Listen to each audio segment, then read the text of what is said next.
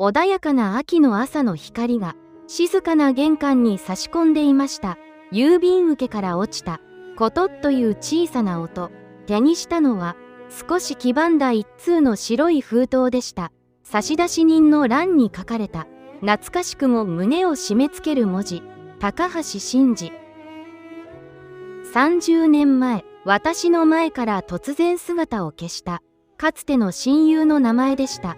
手が小さく震え、封筒の封を切ることができませんでした。なぜ30年も経った今、あの男から頼りが届くのか。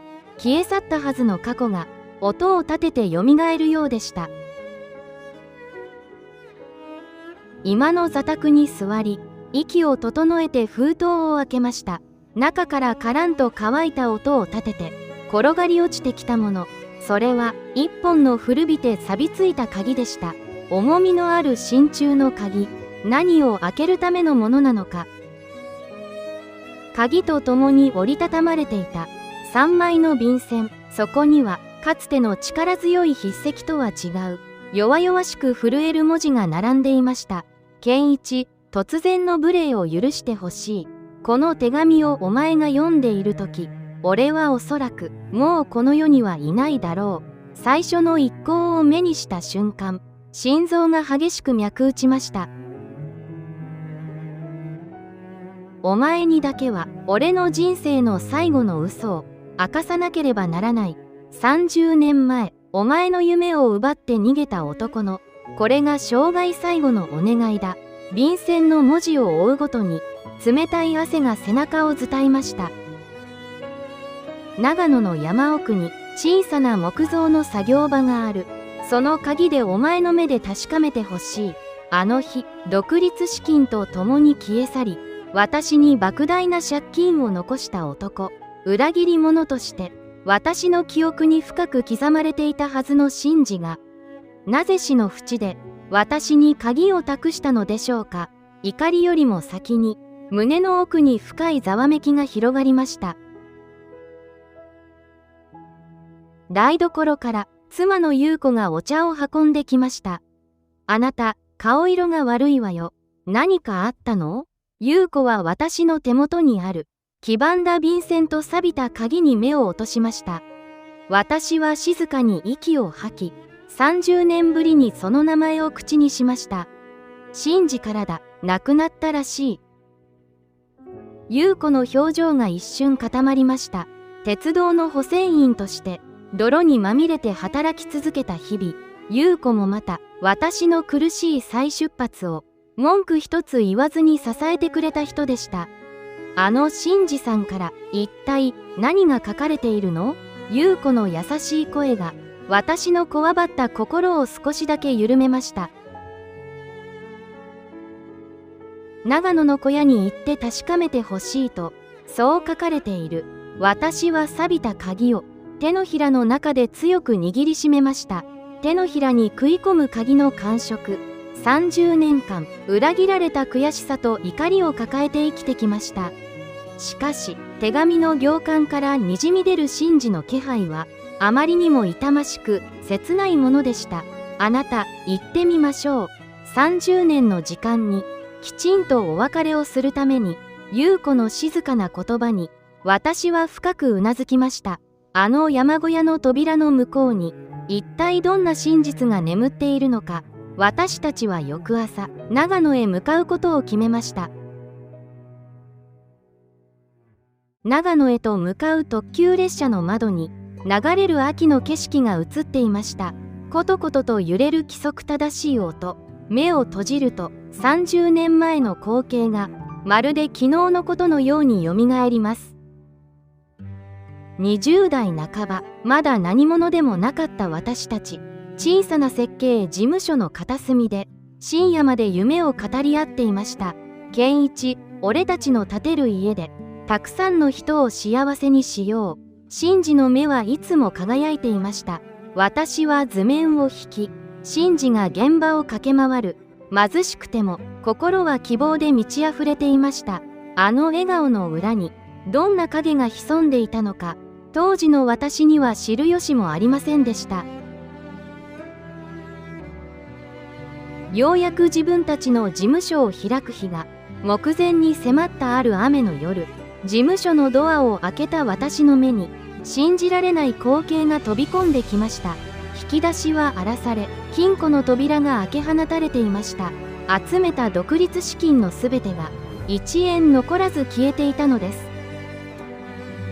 神事の机の上には携帯電話と鍵だけが残されていました。何度名前を叫んでも冷たい雨音しか返ってきませんでした。警察へ行こうと受話器を握る私を周囲の知人たちは冷たく止めました。あいつはお前を騙したんだ。最初から金が目的だったのさ。親友に裏切られたという現実は私の心を容赦なく切り裂きました。連帯保証人として残された多額の負債。私は握りしめていた製図ペンを置き、大好きな建築の世界から身を引きました。選んだ道は過酷な鉄道の保線作業員。真冬の凍てつく線路の上で重い鉄骨を運び、泥にまみれて働き続けました。手のひらの豆が潰れ、血がにじむたびに神事への激しい怒りが胸を焦がしました。なぜあんな奴を信じてしまったのか。なぜ私の夢を奪ったのか。恨みと後悔が私の心を黒く染め上げていきました。しかし生きるためには立ち止まることすら許されませんでした。そんな絶望の底にいた私を見捨てずに支えてくれたのが、当時婚約したばかりの優子でした。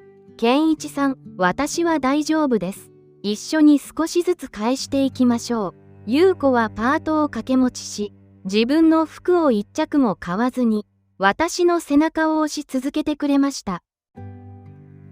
薄暗い食卓で2人で分け合って食べた温かいお味噌汁。優子の優しい微笑みがなければ、私はとっくに自暴自棄になって倒れていたでしょう。15年かけて借金を完済した日、私たちは抱き合って涙を流しました。過去を忘れ、ただ前だけを見て生きてきたはずでした。あなた、もうすぐ駅に着くわよ。優子の優しい声で、私は我に返りました。窓の外には、長野の雄大な山々が迫っていました。胸のポケットに入れた、あの錆びた鍵が、ずっしりと重く感じられます。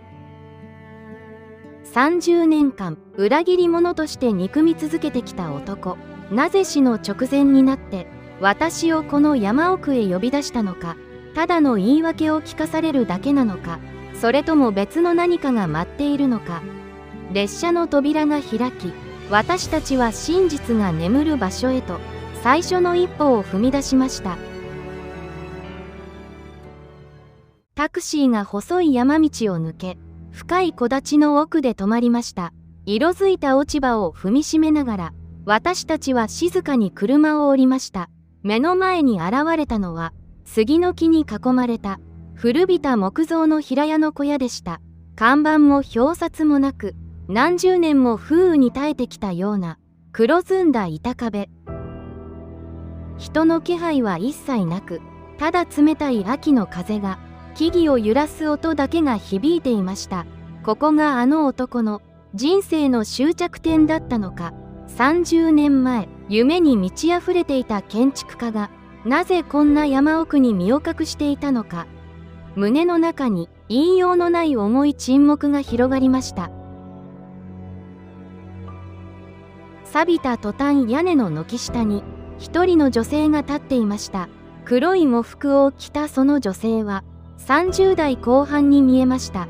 切れ長の目元とまっすぐな鼻筋。かつての神事の面影を痛いほど色濃く残していました。佐藤健一さんですね。父の手紙をお持ちですか。女性の声はひどく低く、どこか感情を押し殺したような冷たさを帯びていました。娘の舞と申します。父は先週、この小屋の冷たい布団の中で一人で息を引き取りました。舞さんの瞳の奥には深い悲しみと同時に父親に対する強い拒絶と怒りが張り付いているようでした。父は私たち家族を捨てた人です。私がまだ幼い頃、多額の借金を残して突然蒸発しました。舞さんの声が怒りでかすかに震え始めました。母は昼夜問わず働き詰め、体を壊して早くに亡くなりました。それなのに父は、こんな山奥で一人、世間から逃げて隠れ住んでいたのです。舞さんは小屋の扉を見据え、吐き捨てるように言葉を続けました。あなたも父に裏切られたのでしょう？なぜ今さら来たのですか？父の身勝手な謝罪でも聞きに来たのですか？私と優子は舞さんの痛切な叫びを前に何も言い返すことができませんでした。家族にさえこれほどの傷を残していたのかと胸がえぐられる思いでした。私は無言のまま胸のポケットに手を伸ばしました。指先に触れる冷たくて錆びついた真鍮の鍵。手紙にこの鍵で中を確かめてほしいと書かれていたんだ。私は震える足取りで小屋の木製ドアへと歩み寄りました。舞さんは冷ややかな視線を向けたまま止めることもせず、ただ立ち尽くしていました。鍵穴に鍵を差し込むと金属が擦れ合う鈍い感触がありました。手首に力を込めゆっくりと右へ回すとカチリと重厚な音が静寂に響きました。30年間固く閉ざされていた時間が今まさに開かれようとしていました。キシキシと音を立てて木製の扉がゆっくりと内側へ開きました。隙間から流れ出てきたのは古い埃の匂いと懐かしい乾燥したヒノキの香りでした。薄暗い室内に開け放たれた扉から一筋の秋の光が差し込みます。足元に散らばる木くずと壁一面に整然と並べられた数えきれないほどの製図の束。キシキシと音を立てて木製の扉がゆっくりと内側へ開きました。隙間から流れ出てきたのは古い埃の匂いと懐かしい乾燥したヒノキの香りでした。薄暗い室内に開け放たれた扉から一筋の秋の光が差し込みます。足元に散らばる木くずと壁一面に整然と並べられた数えきれないほどの製図の束。静まり返った作業場の中央へ私は吸い寄せられるように歩み寄りました。息を整え巨大な物体を覆っていた古びた白い布の端を握りしめました。バサリと音を立てて一気に布を引き払った瞬間、私の喉から小さなうめき声が漏れました。そこにあったのは精巧極まりない巨大な木造の建築模型。それは30年前私が毎晩ノートの隅に書き殴っていた誰もが安心して集える理想の平屋そのものでした。柱の一本一本、窓枠の細かな彫り込みに至るまで血のにじむような手作業で組み上げられた木組み。健一、お前の図面は世界一だ。かつて耳元でささやいてくれた神事の声が鮮明によみがえりました。この模型はあの日途切れたはずの私たちの夢がそのまま息づいている証でした。模型の傍らの作業机の上に一冊の黒革の日記帳が置かれていました。表紙には健一へと震える文字で書かれた紙片。舞さんが恐る恐る近づき震える指先でそのページをめくりました。埃にまみれた紙面から30年前に封印されたあまりにも残酷な真実があふれ出しました。当時私たちが独立のために契約を結ぼうとしていた投資会社、それは悪質な詐欺グループによる巧妙な罠だったのです。真治は契約直前その事実を偶然知り、私の名前が連帯保証人に組み込まれるのを防ぐため事務所の金庫の書類をすべて処分し、自らの名義で全責任を背負ったのでした。健一を巻き込むわけにはいかない。あいつには愛する婚約者がいる。これからの輝かしい未来がある。舞さんが声を詰まらせながら日記の一節を読み上げました。俺一人が悪者になって消えれば、あいつの人生だけは守られる。あいつの才能をここで潰してはならない。シンジは借金取りの追及から、妻と娘を守るために偽装離婚を選び、一人この山奥に身を隠したのです。病魔に侵され、痩せ細っていく体を引きずりながら、30年間、私の残した図面を木彫りで再現し続けていました。お前を裏切った男として死ぬ。それが俺の選んだ贖罪だ。最後の一行を目にした瞬間、私の膝から完全に力が抜けました。お父さん、私、何も知らなかった。舞さんは日記帳を胸に抱きしめ、冷たい板の間に崩れ落ちました。父を憎み、家族を捨てた薄情な男だと信じ込み、30年間一度も優しくできなかった後悔。小屋の中に娘の激しい泣き声が響き渡りました。こんな山奥でたった一人で私たちを守ろうとしていたなんて。